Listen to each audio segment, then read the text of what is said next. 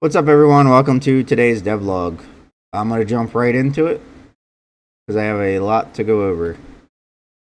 So I started adding rough animations for some of the things now, throwing the ladder.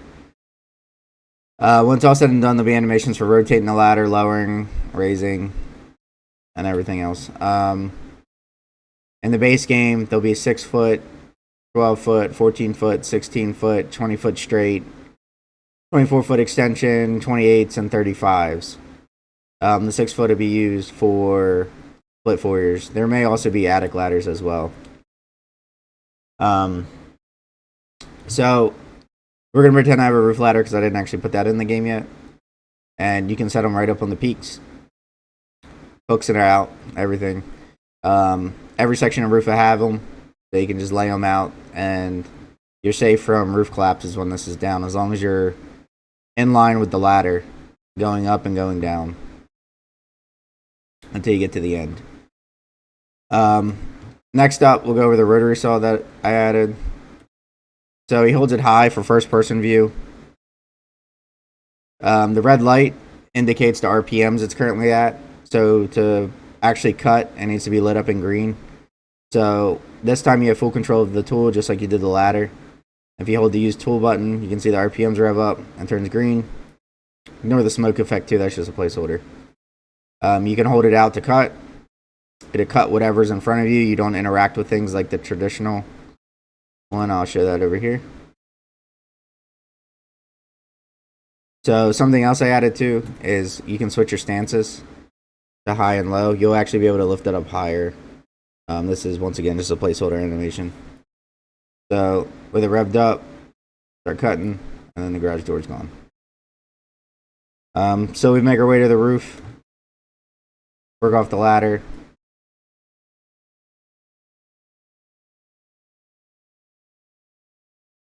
Switch it. So it cuts out a hole. These holes on this roof are all predetermined. However, the holes on commercial roofs, the flat roofs, you'll be able to cut the whole roof if you want to. So I'll go ahead and grab my hook.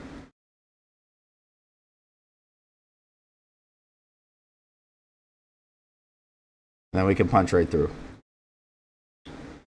I also changed the way the destruction worked. I actually removed it for now completely. And recoded a lot of the building stuff. Some benefits to that is I can control it a lot better. So for now, as fires spread, only the inside of the room burns. Unless it starts out here, then only the outside burns. And then there'll be multiple stages to the burns. Eventually it'll be fire in the walls, and then it burns the outside. Right now it burns the inside, then it burns the outside. So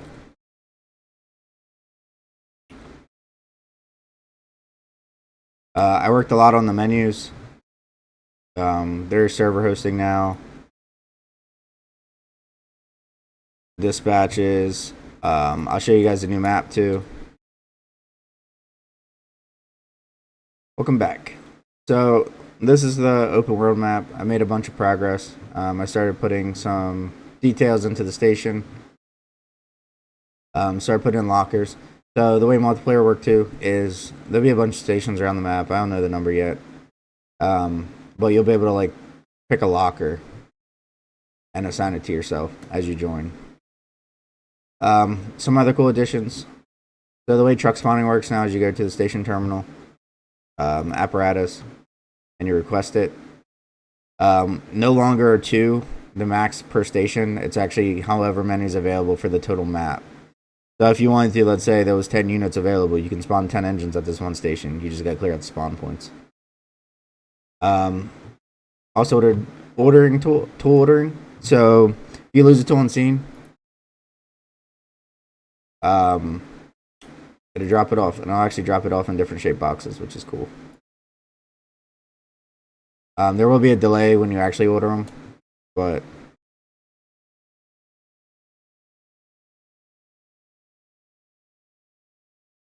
so if you lose a tool on scene, you can just order another one. There will be a price eventually for campaign mode. Sandbox mode, they'll be free.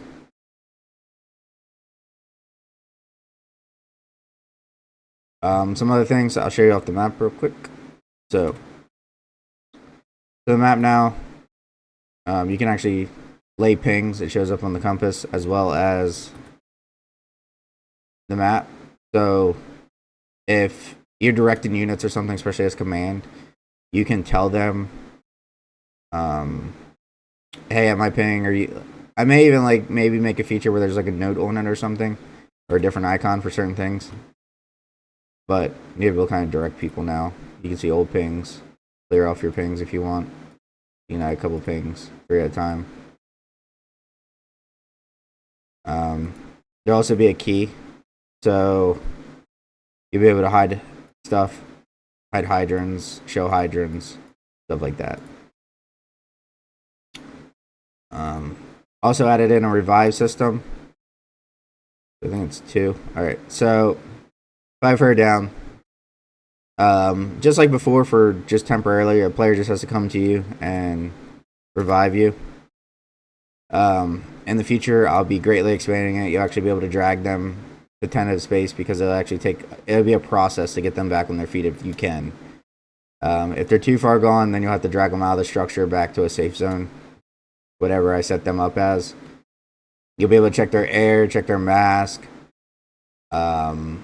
You'll be able to buddy breathe with them and do the universal connection, so everything. Check their cylinder pressure that they have left. Whole 9 yards, super in depth.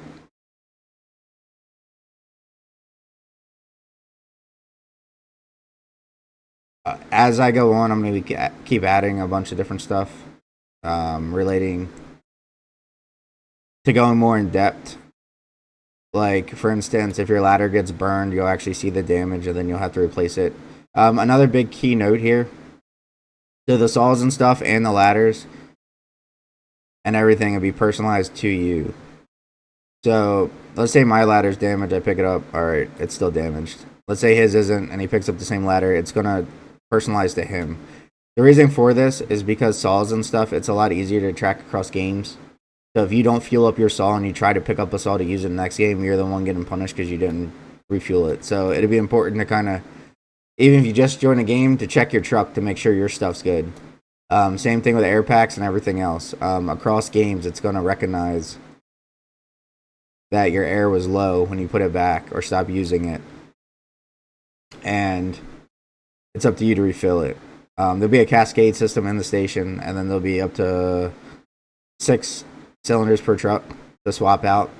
And after that, you actually have to take them out of the truck and refill them. So I'm really excited for this game. Things are going extremely well. Bacon's working on the ladder stuff now, so as soon as that's done and I get it implemented, I'm going to do a devlog just on the ladder truck. If you want to get access, you can subscribe to the Patreon VIP tier, and you can still get access. After the launch on Steam, it'll go up to $24.99, and then once the final launch, it'll just be removed from Patreon completely. As we're increasing the price point again. So any questions, comments, suggestions, leave them in the comments below. And thank you guys.